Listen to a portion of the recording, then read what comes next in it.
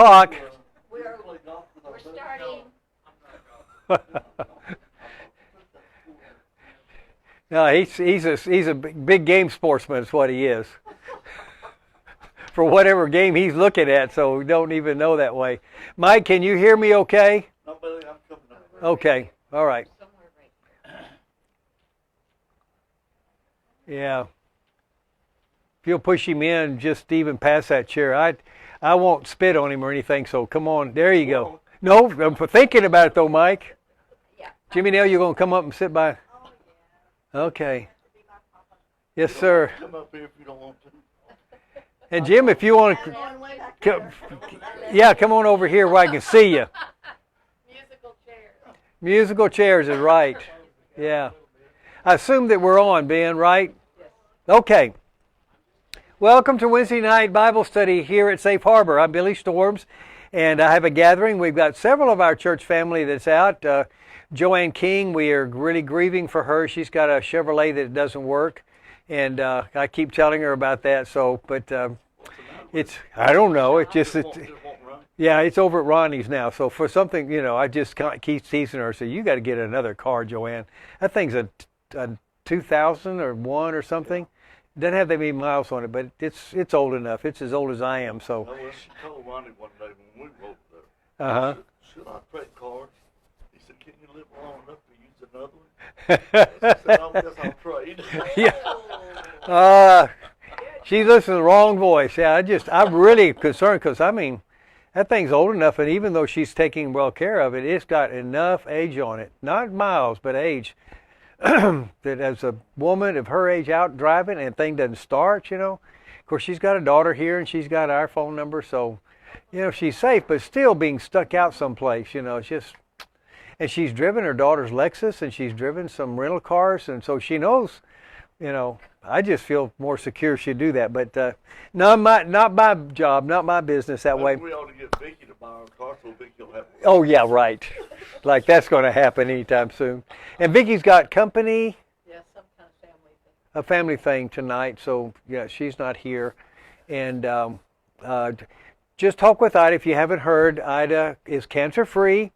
They're removing the port. Yeah, they're removing the port a week from Friday on the 8th, Palm Sunday, Friday, and then she goes back in 3 months, and she'll be on that sort of regimen. And if cancer comes back, they'll just put the port back in and go after it again. So. And she and James are going to walk in the 5K. They are going to walk in 5K. They're going wow. They're going to be there, and if she wonderful. Has problems, we'll figure it out then. Yeah. An extra wheelchair in the car. Yeah, that's great. This church has powerful prayers since both Mary Jo and... Yeah, Mary Jo's doing well and got cancer-free stuff, and Ida is that way. But Ida still got some neuropathy, so her toes are numb, and so there's some issues that way. And the doctor said it's going to take a while for things to get back normal, maybe months. So she's patient that way. Ida, yeah, she's got neuropathy in her toes, which is typical of the kind of treatment she's been having. I don't know if Mary Jo has some of the same consequences. She had really bad neuropathy, so she may still have lingering. She's got to. Yeah, it doesn't go away real fast, but so we give God thanks for that. That's really a neat kind of thing. Bernie and Robert are moving to Brookhaven over here, Brookdale over here at Holly, and yeah, it's on Meta Vista. It's basically Holly and Airline, about 2 blocks on east of Airline on Holly, but they've got an apartment there, so I'm really glad because they really do need some possible help and everything. What's their age, Billy? Bernie's they're about my age. They're in their 70s, late 70s. Maybe Bernie's, I'm a little older than he is. He's 73. I think they're mid 70s anyway. Bernie said that actually moving in will be probably a month. They're taking their time. Really? Okay, I'm meeting him over at his new place Friday at 1 because they're gonna start up his Wi-Fi and stuff like that, and he has to be there for that to happen. And so, we're doing that. So, well, my goodness. Can't believe Mike beat me here. Well, just barely, Polly, just barely. And Linda, there's money back on the on the secretary's desk for food for meals. So, yeah, I would remind you if you are available and God's blessed you, there you can buy prisoners for the Kairos Experience, $5 a meal. You can buy their meals, and your name, only your first name, not your last name, not your address or anything, will be set at their place. And a lot of those men that have been in there for 2 decades, 3 decades, they will actually pick up your name and take it with them back to their house, is what they call it, their bunks, and hang on to it. So it's a beautiful act, and you can give 1 meal or 5 meals or whatever, and it's just applied. And again, it goes in. We would like for you to sign up and give us your mailing address so that Kairos of Texas can acknowledge your gift, but also it's part of your tax free contribution. So that's available for you to do that. Linda's picking it up if you want to give a check to Kairos of, I guess, Kairos of KOT, Kairos of Texas. You can do it that way or give cash or whatever, but we would like to have your name and stuff that way. So it's just an opportunity for you to give in some ways that could be meaningful for you. So that's something coming up. Back to our prayer list. Donnie is scheduled. Okay, go next week to Houston. So that's like the April the 5th, 6th, the 7th. Okay, that's next Thursday. Okay, because Ida gets her port removed on the 8th. Y'all got here late. Ida has been declared cancer-free. She's having her port removed, and so on the 8th, that's why the 8th and the 7th are very mindful. So next Friday, she goes to have the port removed. Yes? On the 5th, I see the surgeon to find out when I can get my hip replaced. Oh my gosh, I didn't know you were facing that. Yes. It cannot be on, before April the... If I can get it done, like in the next week after that, I'll do it, because... You got the they did wedding. right Oh, when- At 4 weeks, I was off the crutches and walker everything? and cane and everything. Wow. So if I can, if not, it'll be after the Okay. the end of May. Yeah, because you've got a wedding to be at for May 13th. So, okay. So we just pray for that, Gwen. Thank you. I did not know you were facing it. Yeah, I know. I have not. I didn't realize she was facing that. I'm sorry. The ladies have been discussing it. We're not included in that kind of dialogue. I did it 10 years ago. Yeah. It didn't hurt bad enough. And then Yeah. when it hurt bad enough, I didn't have insurance for the Yeah. last 8 years. So. So now you got it, so do it. Yes, it's wonderful. Happy Medicaid Day. Medicare Day. Yeah, Nobody's ever been that happy. I did it. Oh, listen, are you kidding? I hadn't. My gosh, we didn't have insurance for many years, 10 or 15 years of our marriage. And the old doctor I went to, he was a golfing buddy, and he saw me for free. And so, I mean, yes, you do. Yeah. Started before I got it was all. Yeah. I see my doctor every 3 months, and I swear every time I go see him, why do I keep doing this? I see you more than I do some of my parishioners. This is getting old to me. I don't want to be here, but no, you're healthy. Your United Care insists that you be here to have a checkup, and we stay on top of things. I'll be here. I'll do it, So I've seen more doctors in the last 4 or 5 years than I have ever seen in my life. So yeah, I'm glad you got that. Good. Goes into effect this Friday. This Friday. Is that your birthday? No, the 24th is my birthday, but Medicare starts the first The of month. that The month that you, yeah. 65. Wow. I've got it lined up. I've been Wow. That's great. And Social Security can kick in when you want it to. kicked in. It's already kicked in. Okay. Wonderful. I didn't even know that. That's great. Mike, any improvement? You had a doctor's appointment, right? Yes, I did. And the doctor said, you're hopeless. I bet you hurt all over, don't you? Yeah, I do. Yeah. They signed me up for some kind of back ablation. Ablation. It's where they sever a nerve or burn it or whatever to try to kill some of the pain or something. Been almost 3 years. Wow. And, said Did they talk about giving you a shot? Shots won't help. Since it's bone on bone, or there's just no flesh there that does that. Okay. Heart doctor Monday, and then possible ablation. It's not scheduled yet. It is scheduled. April the 11th, which is like 2 weeks from yesterday. 3rd, 9th, 10th, 11th, Tuesday. Yeah.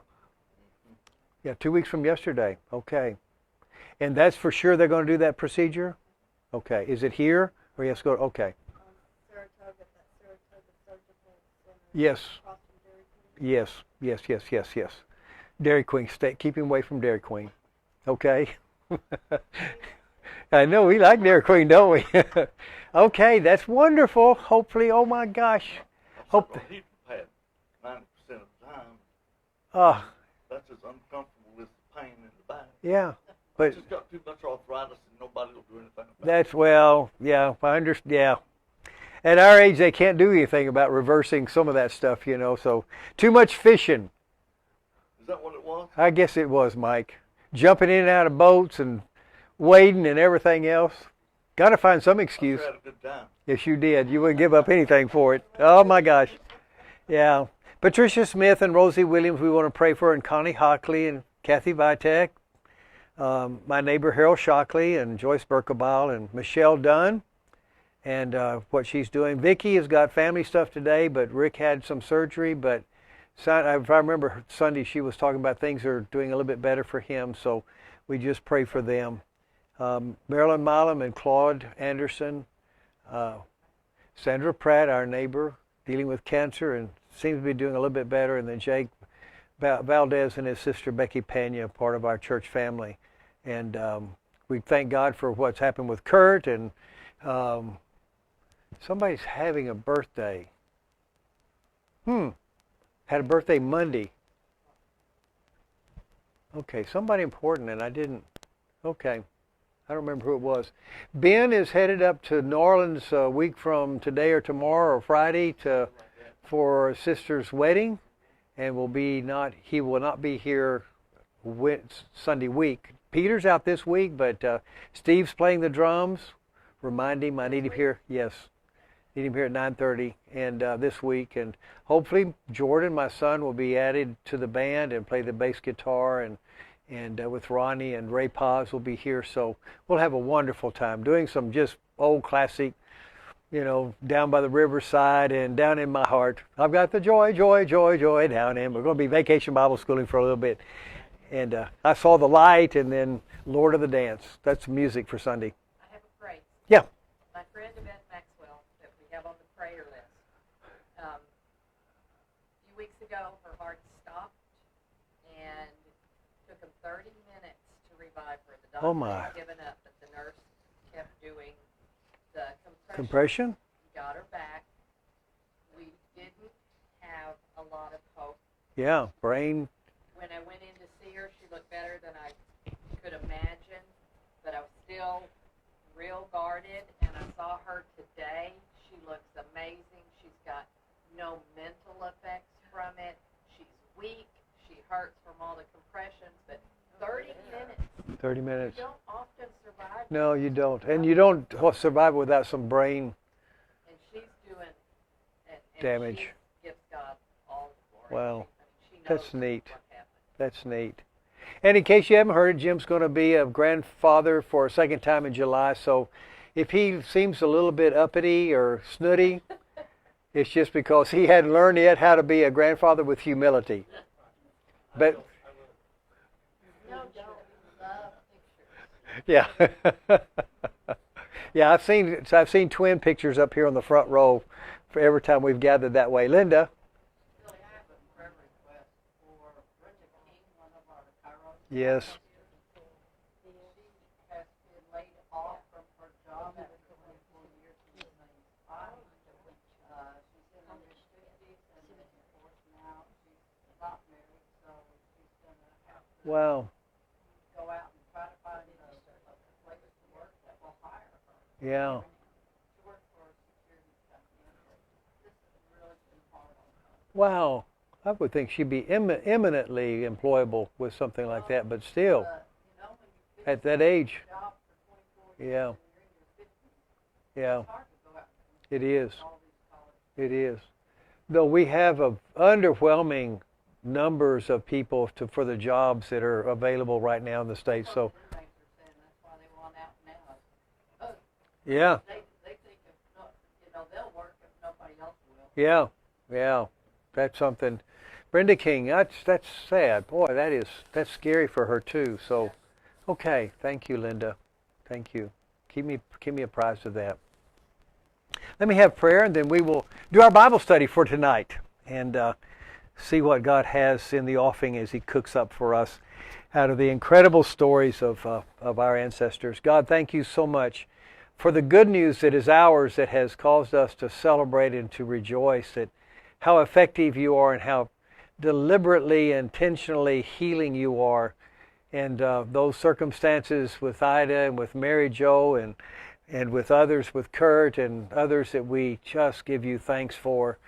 And yet, God, at the same time, we have ongoing concerns for those that we love that are just seem to be in a quagmire, just can't move. And I hear the desperation in Mike's voice and the possibilities that can be his. And we selfishly desire that you provide a healing and a calmness and a release from the pain that he's going through, and for Donnie's trip next week, and for those that we love in Cleveland, Ohio with Michelle, and those in our own church family close to hand that are dealing with issues that we just go on our merry way, and they wake up and they go to bed with an incredible trauma of their situation. You alone can be there for them and with them, and yet you can use us to be your hands and your feet and your heart in caring for them. So God, we lift all of these to you, trusting that you know and you will be available and you will use us to help minister and help care for them. So God, we give these to you as we thank you for the gifts that are ours this night. For it is in the name of the greatest gift of all, our great physician Jesus, that I pray. Amen. All right, we are in the book of Genesis still, wandering our way through. We're headed for the coat of many colors down the road. But we pick up the story where we left off last week. And if you remember last week, Esau's youngest son, Jacob, the supplanter, or the more proper translation of his name is that God provides or God will protect. But it's one of those kind of punny names that the Jews really enjoyed, because if you use his name as a pun, then it means the one who supplants or exchanges places with or whatever. And of course, Jacob's life is as a rascal, encouraged by his mother. We don't want to leave women out of this kind of blame game. So his mother set him up and has sent him in and covered his body with hair and put on stinking clothes on him. And even though his voice is a little high and soft, that's the one thing that Esau, his dad, Isaac, his dad, kind of is suspicious about. But boy, Rebecca fixes his favorite venison meal using kid goats and cabrito, and he's fooled like crazy. And in that moment, and I shared with you last week that in antiquity it was really believed and held fast. When we do the chronology in the Old Testament, by this time probably Isaac had his boys when he was 40, and he didn't die till he's 180.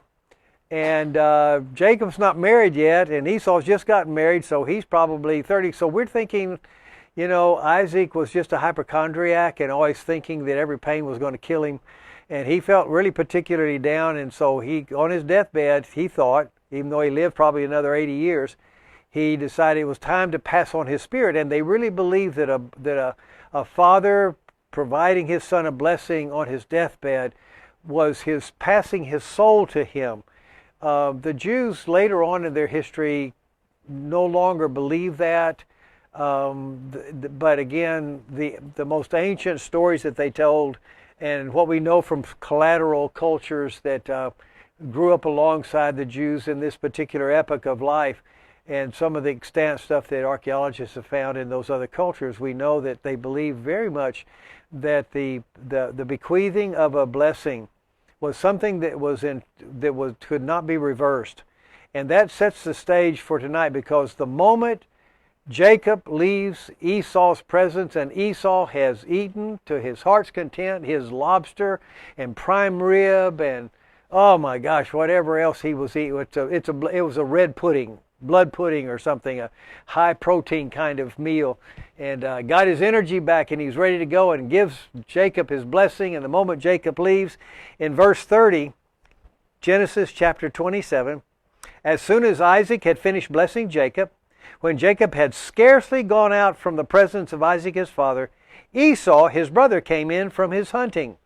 Remember, Isaac had said to Esau, "Son, it's time for me to bless you, but for me to do that, I need some strength. If I'm going to give you my soul and my heart and what as God has given me, I need to be strong. You go out and kill me my favorite game, and you fix my favorite food and bring it to me, and when I've eaten and I've got my strength back, then I'll bless you."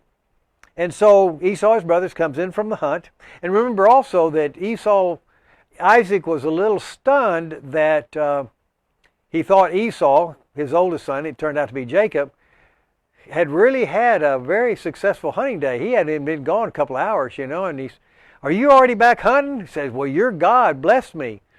I mean, Jacob wasn't averse to using God to give him credit for things that was sneaky and everything else. So, yeah, we're just like Jacob. We use God in a million ways to justify ourselves or to pretend that somehow we're His favorite people that way. We do it as a nation. We do it perhaps as individuals, and it's very tempting to do it. Well, God told me this. I've got the mind of God on this thing. I heard a Baptist preacher once say at a convention, and I just went like ape. Oh my goodness, I just went crazy. How dare you claim such officiousness and such incredible superiority that you've got the mind of God and I disagree with you? What does that say I've got? The mind of the devil? Yeah, following your logic it must be, because I believe just the opposite of you. But I don't know how I got on that rabbit. Okay, back to the scripture. Esau, his brother, came in from hunting.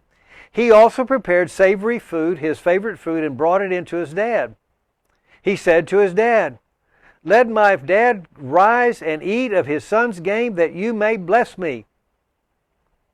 His father Isaac said to him, "Who are you?" He answered, "I'm your son, your firstborn, Esau." Then Isaac began to tremble violently. And he said, "Who was it then that hunted game and brought it to me, and I have blessed him?" Yeah, and he is going to hang on to that blessing. When Esau heard the words of his father, he screamed out with an exceedingly great and bitter cry and said to his father, "Come on, bless me, even me also. Oh, my father, you got to have something left for me. Is there anything in your tank left?" But he said, "Your brother came with guile, and he has stolen away your blessing." Esau said, "Is he not rightly named Jacob?" And again, we believe that Jacob, the one who supplants, the one who tricks, is really a punny name, a punny use of the name. It's a word that sounds a lot like Yaakov, which simply means God will provide or God will protect. And we surmise that really was Jacob's real name. But as the children of Israel told the story of their great-great-granddaddy, it's like I've got a grandmother Bill and I've got a grandmother Sam. And I want you to know they weren't transgender women. They just got nicknames from their, my grandfather, whom I never knew, was gored to death 2 years before I was born. Nicknamed his wife, Estelle was her name. He nicknamed her Bill because she was the best cowhand that he had when he was running herds of cattle. He was a cattle trader, and he would leave and go to New Mexico or go down to Mexico, and he'd round up and buy a herd of cattle, put them on a train, and send it back towards San Marcos and give Grandmother Bill a call and say, "Estelle, there's a load of cattle that are arriving on Tuesday morning. I need you to have some guys there and herd them out to the 2,000-acre ranch that they were leasing." And Grandmother Bill could do that, and she was such a good hand. he was embarrassed to call, when they were out in the corrals and around the pasture, call out, Estelle! So he gave her the name Bill. That's where I got my name. And Grandmother Sam was a different story. Actually, her name, I think, maiden name was Sammy Texas. I think she was born on the day that Texas was celebrating its 25th anniversary of becoming a republic or something. So she was nicknamed, that was her name, Sammy Texas Miller was her maiden name, I think. She married Robinson, but I think that's her name. So I got two funny named people that have nothing to do with who they really are. And the same thing is true with Jacob. I've shared with you before the most humorous and delightful name that the Jews played around with was that famous queen of Ahab, Jezebel. And how they just changed one letter in that name. And instead of being the queen of the gods, she became the queen of the dung heap of the outhouse. One letter changed all of that meaning. And so the Jews called her Jezebel. You know, much to her chagrin. She probably didn't hear it because it was antiquity that did it. But it was one of those, you know, kind of irony moments that they would do that sort of thing. And so Esau comments to his dad, you know, doesn't that just sound like his name? For he has supplanted me these 2 times. He took away my birthright. Actually, Esau's responsible for that. He sold his birthright. At a cheap price because he was hungry. And Jacob fixed him his blood pudding, and oh my gosh, he'd give him anything. He was starving to death because he had not been successful out on the hunt. And behold, now he has taken away my blessing. Again, we can only guess what that blessing meant to antiquity. We surmise because of their belief that it was most highly efficacious if it was passed on to their child from the deathbed, that it was the blessings and the way, and we've already seen that Isaac, you know, far outraced his dad Abraham in terms of accruing wealth to himself and becoming an incredibly successful businessman, way beyond his dad's, Abraham's capacity to do that. And so the blessing was to say, I give you my green thumb. I give you my Midas touch, however you want to understand that. It was believed that the child who received the blessing would be able to tap into the kinds of divine resources that had so empowered the father to be successful and to be secure. In antiquity, a man who lived to ripe old age was already blessed because so many men died young at battle or in skirmishes with family members or everything else. And one of the best things and most God specifically caused consequences in a man's life in antiquity was the length of life that he had, that God had seen to it to protect him from all the evils that could have brought him down earlier. And so we don't know for sure exactly how they understood that blessing, but you know, Esau asks of Isaac, isn't there one thing, isn't there a blessing that is reserved for me? Can't you find maybe a Walmart special blessing that I can get? You know, that he doesn't impoverish me. Isn't there anything I can do? And Isaac answered, look, I have made him your Lord. And I mean, Isaac really pours the salt on the wound. He is telling Esau, everything that he gave to Jacob has its consequences on his older brother Esau. I have made him your Lord, and all his brothers I have given to him for servants, and with grain and wine I have sustained him. What then can I do for you, my son? Esau said to his father, have you but one blessing, my father? Bless me, even me also, O my father. Esau lifted up his voice and wept. Then Isaac his father answered him after a long pause. In the Septuagint version of this, when it is observed that Isaac said nothing to him initially, he just was silent. When Esau is begging him for a blessing, is there one blessing that you give me, oh my father? And Esau was silent for a while, and finally he lifted up his voice and wept. Then Isaac his father answered him, Behold, away from the fatness of the earth shall your dwelling be. Boy, what a foretaste. You're going to have to rough it. Ain't no easy street for you. The fatness of the earth is the kind of cultural stability that Israel, the people of God, were given ultimately after the conquest of the land by Jacob's great-great-great-grandkids and Moses and those who finally conquered the promised land. But to Esau's progeny, they were going to occupy the eastern side of the river valley, Jordan River Valley, and it's mountainous and it's scrubby oaks and there's no fertile ground. It's a place for nomads to follow their herds to find a little bit to eat. So from the fatness of the earth shall your dwelling be, and away from the dew of heaven on high. You're going to be in a real dry place. You're not even going to have Dairy Queens or A&Ws. You're going to be out there looking for filling stations with water fountains. You're not going to have anything out there.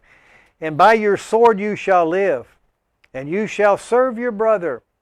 You're going to be servant to Jacob's offspring. But when you break loose, you shall break his yoke from your neck.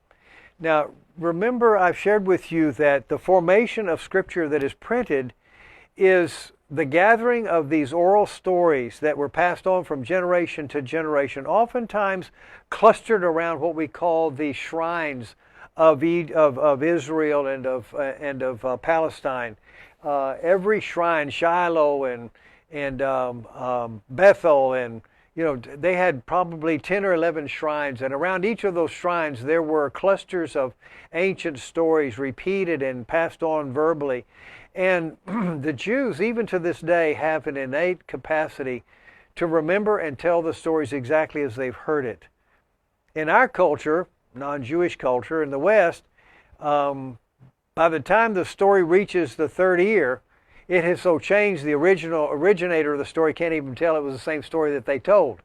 We just don't have that capacity, but the Jews were really good at that. And finally, somewhere in the 350 to 250 BC era, while the Jews have been taken off into captivity, some 1,500 years after these events occurring, maybe 1,200 years after this, no, it's about 1,500 years after this, they began to write down all of these oral stories and put them in codified form and began to weave them together in a kind of editorialized sequence of stories that kind of made sense. And we've looked at before, last week we looked at the Noah story, for example, and observed that there's the Yankee version of the Noah story and there's the Southern version of the Noah story.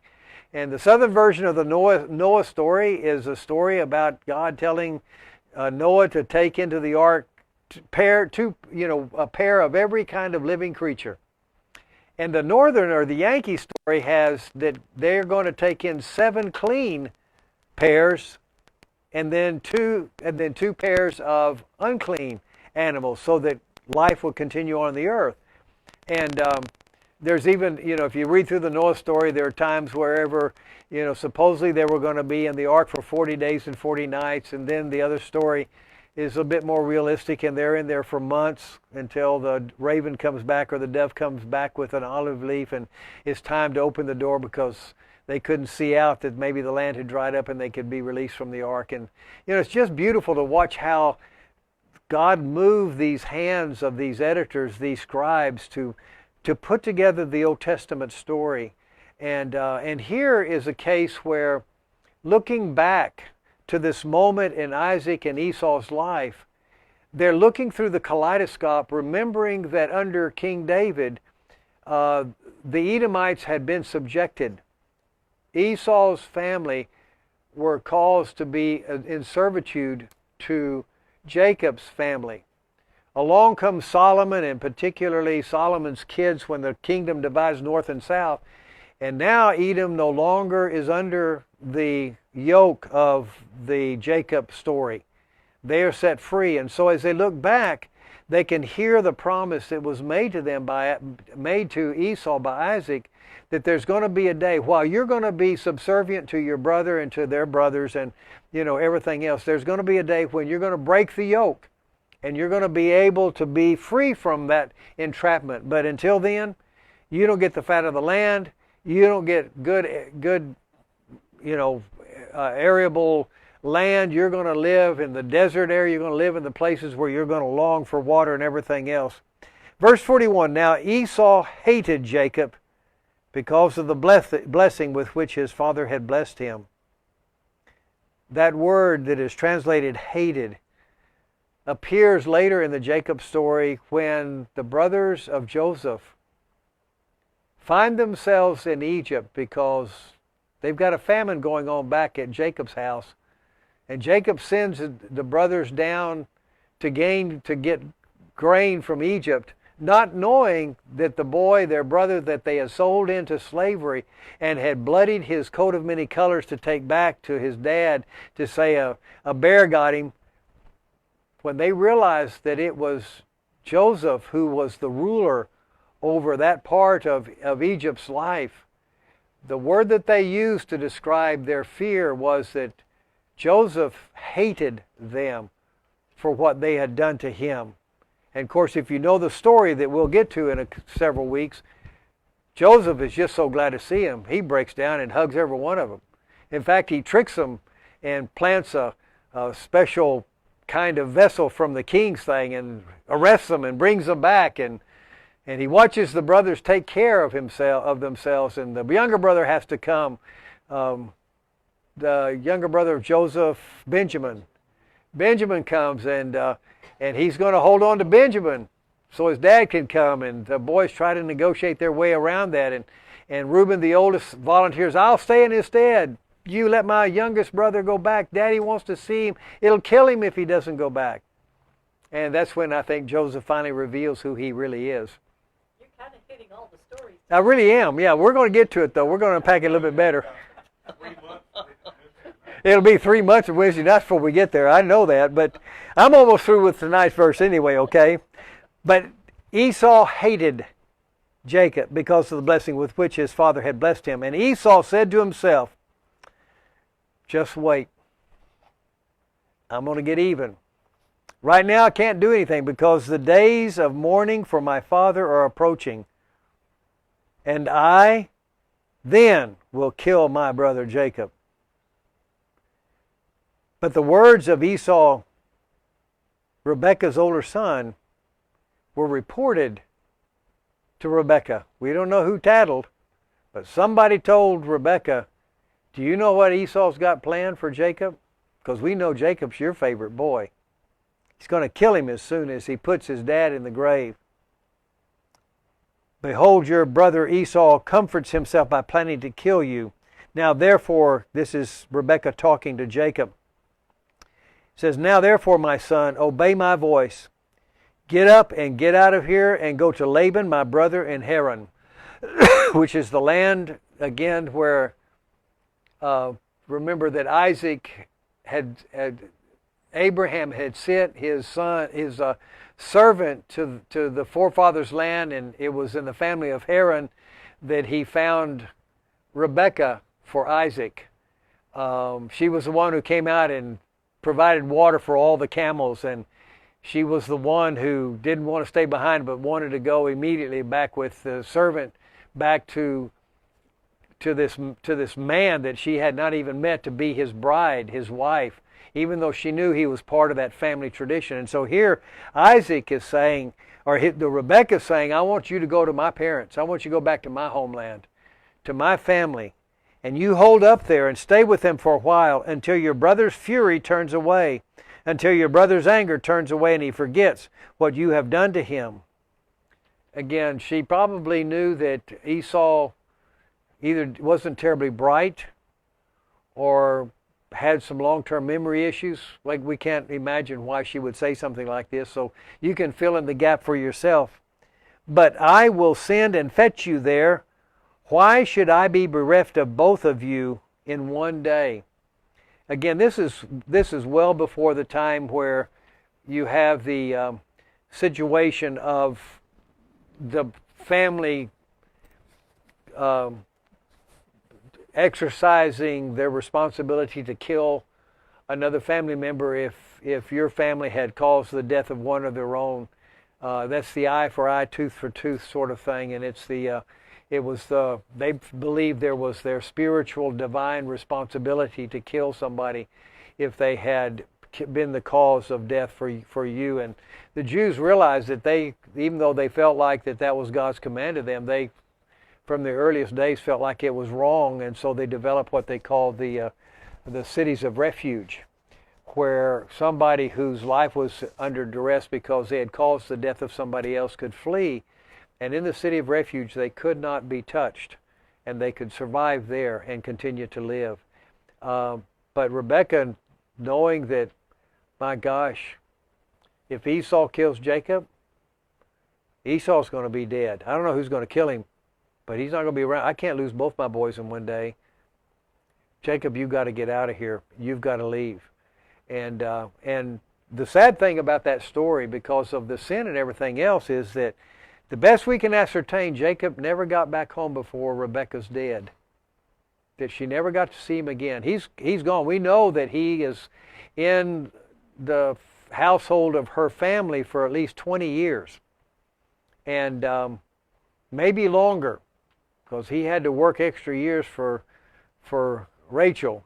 He was given the gift of Leah after 7 years, but had to work 14 years. We'll get to that story. But we surmise that Rebekah never got to see her son again. That part of her craftiness and her own sort of thing. Now here's the truth that I want you to take away from with me tonight, which has always been a stunning thing for me. And that is that the Bible really doesn't hide the warts of its heroes. Heroes are not people that are self-made and just better than anybody else. The heroes of the biblical story are those people who simply said, yes, I will serve. And with warts and all, God uses them to accomplish His dreams for His people. They don't leave their warts behind. They don't leave their human foiableness. They don't leave behind their destructive personalities. They don't leave behind anything. They don't leave behind their egotism. Ask Samson about that. Samson, yeah, not Tarzan, Samson. You know, the Bible tells us about our heroes and always tells us about their warts, their crookedness, their limps, their ugly, garish presence in history and everything else. But the story continues, not because of the quality of the characters, but because of the unswerving commitment of God to get the job done, whatever He has to use. And I simply turn to you as I look in a mirror to myself. If you think that you can hide behind the excuse that you really are just not good enough for God to use, that you've got a history that just prohibits you from being a trustworthy agent of the Most High, I have to remind you that you're just like every one of the biblical heroes. They didn't have another leg to stand on that you have. They simply were able to say, when God came along, I will do what you asked me to do. If you can use this earthen vessel, I will do it. And He does His job. He is able to pull and make it happen until Jesus gets here. It's an incredible possibility that you face, that you're called to do. I think that is neat. I really do. Okay, we will have a prayer, and I'll get rid of you early, and because I don't have any more family stories that I could embarrass myself with, so I'll save the rest of them for later, and we shall see what happens. Now, don't get her to tell her stories, okay? So we will do that, and I'll be praying for you too, Mike. I just have such hope that something can happen next Tuesday, or Tuesday week, 2 weeks from now, or yesterday. So, wow, that'll be blessed. It really will be. Okay, let me say a prayer for you. God, thank you so much for your word. Thank you for the way that it speaks to us as your children, not as outsiders looking through a plate glass window at something you did with other people a long time ago. That when we dare to put our nose to the window of Scripture, we turn around and realize we're part of the story too, still going on, You're still at work. You're still accomplishing your dreams for us and for humanity. And you've asked us to be a part of that story making. For the chance to hear and to learn from our ancestors. For the chance to learn and to sense your heartbeat.